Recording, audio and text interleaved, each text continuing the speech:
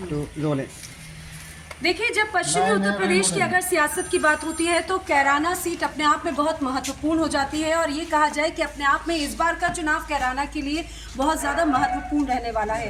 ये कहा जाए पारिवारिक विरासत और यहाँ की परंपरागत सीट को बचाना अपने आप में दोनों राजनीतिक दल पूरी तरह से ताकत झोंक रहे हैं। इकरा हसन समाजवादी पार्टी की तरफ से प्रत्याशी हैं, युवा नेता के तौर पर हैं। इकरा जी, आपके लिए ये चुनाव कितना महत्वपूर्ण है और क्या आपके प्रमुख मुद्दे हैं इस बार चुनाव में? देखिए, चुनाव तो ये पूरे देश के लिए ही महत्वपूर्ण है। ये देश की सरकार को बदलने का चुनाव है और इसीलिए हम लोग सब प्रयास कर रहे हैं। हम विपक्ष के लोग हैं और ये हमें मौका मिला है 5 साल के लंबे इंतज़ार के बाद। तो हम लोग सभी अपने लोगों को जागरूक कर रहे हैं और सब लोग परेशान हैं। कोई ऐसा वर्ग नहीं है जो इस सरकार में जिसका कुछ भी काम हुआ हो। सभी लोग प्रताड़ित महसूस कर रहे हैं। हमारा यहाँ पर गन्ना बेल्ट है, हमारी किसान है, आज तक भी भुगतान नहीं हुआ। 14 दिन की पेमेंट का वादा था, ना तो वो पूरा हुआ। एमएसपी के लिए हमारे लोग परेशान हैं और हमारे यहाँ से जो लोकल के जनप्रतिनिधि हैं उन्होंने ना तो एक भी बार हमारे लोगों की संसद में आवाज़ उठाई है और ना ही कभी धरने में आकर देखा है। तो और एक यहाँ पर मुकदमे हैं लोगों के ऊपर, उन्हीं के चुनाव में लगे थे, वहाँ पर भी वो आज तक आ नहीं पाए। तो इसी तरह के हमारे यहाँ की जो समस्याएं हैं, बेरोज़गारी है, महंगाई है, वो तो पूरा देश ही उस चीज़ से जूझ रहा है। और जो एक नफ़रत फैलाने का काम हमारे इलाके में खासकर 2013 में हुआ था, उसकी भरपाई आज हो गई है, लेकिन उसी भाईचारे को बनाने के लिए ज़रूरी है इन लोगों को सत्ता से हटाया जाए। इकरा, आप जिस तरह से अपनी बात रख रही हैं उससे क्लियर स्पष्ट है कि आप एक प्रखर वक्ता भी हैं, लेकिन मुझे एक बात बताइए, आपको लगता है कि यहाँ के जो लोगों के मुद्दे हैं आप तो उनकी आवाज़ उठाने के लिए तैयार हैं, लेकिन क्या लोग आपको उस तरह से सहयोग देने के लिए तैयार हैं? कितना कॉन्फिडेंट हैं आप?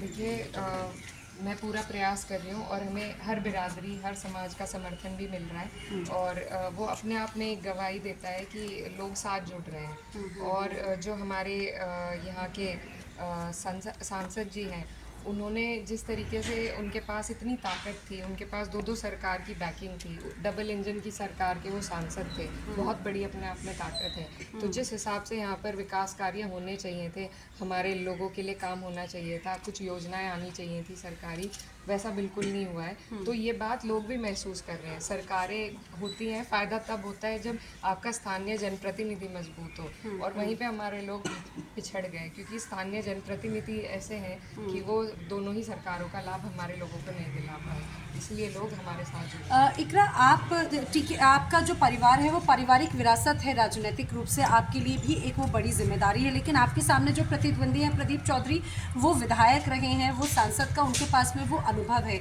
आपको लगता है कि वो एक टफ कंपटीशन है, वो चैलेंज है?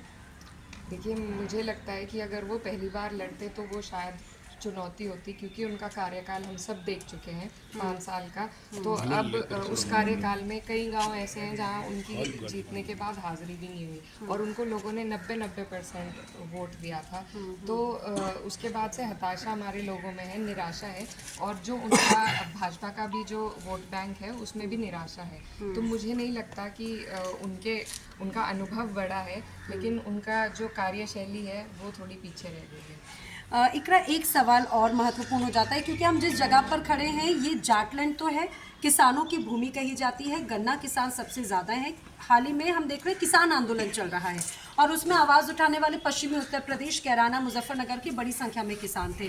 तो क्या किसानों का ये मुद्दा इस बार चुनाव में रहता हुआ आपको दिख रहा है और आपको लग रहा है कि वो नाराज़गी आपके फेवर में आएगी? देखिए, किसानों का तो मुद्दा हमेशा ही रहता है जब तक उनकी ठीक तरीके से उनका पेमेंट ना हो, भुगतान ना हो, क्योंकि यहाँ पर ज़्यादातर जो वर्ग है वो किसान वर्ग है, खेती बाड़ी लोग करते हैं और सभी अपने जीवन के लिए, जीवनी के लिए उन्हें पेमेंट की ज़रूरत है। तो हर 14 दिन बाद उन्हें ज़रूरत पड़ती है और हर 14 दिन बाद उनका मुद्दा खड़ा का खड़ा रहता है। तो ये मुद्दा तो है, जब तक सरकार इसका कोई सम्मानजनक निस्तारण नहीं करती है तो मुद्दा तो बनता है। देखिए, आप युवा नेता हैं और मैं देख रही हूँ आप प्रखर वक्ता भी हैं, आपका बहुत व्यस्त शेड्यूल रहता है। अभी भी मैं देख रही थी, रोकने के लिए हमें भी थोड़ी सी जद्दोजहद करनी पड़ी। आप ज़रा ये बताइए, इन राजनीतिक सवालों से इतर आपकी अब पहली दिनचर्या और अभी की जीवन शैली में कोई बदलाव आया है क्या? नहीं, देखिए, 2 साल से तो यही दिनचर्या रहा है। उससे पहले मैं स्टूडेंट थी, तो तब बिल्कुल ही अलग मेरी वो था, मेरे दिन का सारा स्केड्यूल अलग ही था, लेकिन अब 2 साल से क्योंकि राजनीति में मैं मुखर रूप से हूँ, तो यही रहता है हमारा। रोज़ाना हम निकलते हैं, कुछ घर पे लोग आते हैं, उनसे मुलाकात होती है, फिर अपने क्षेत्र में निकलते हैं।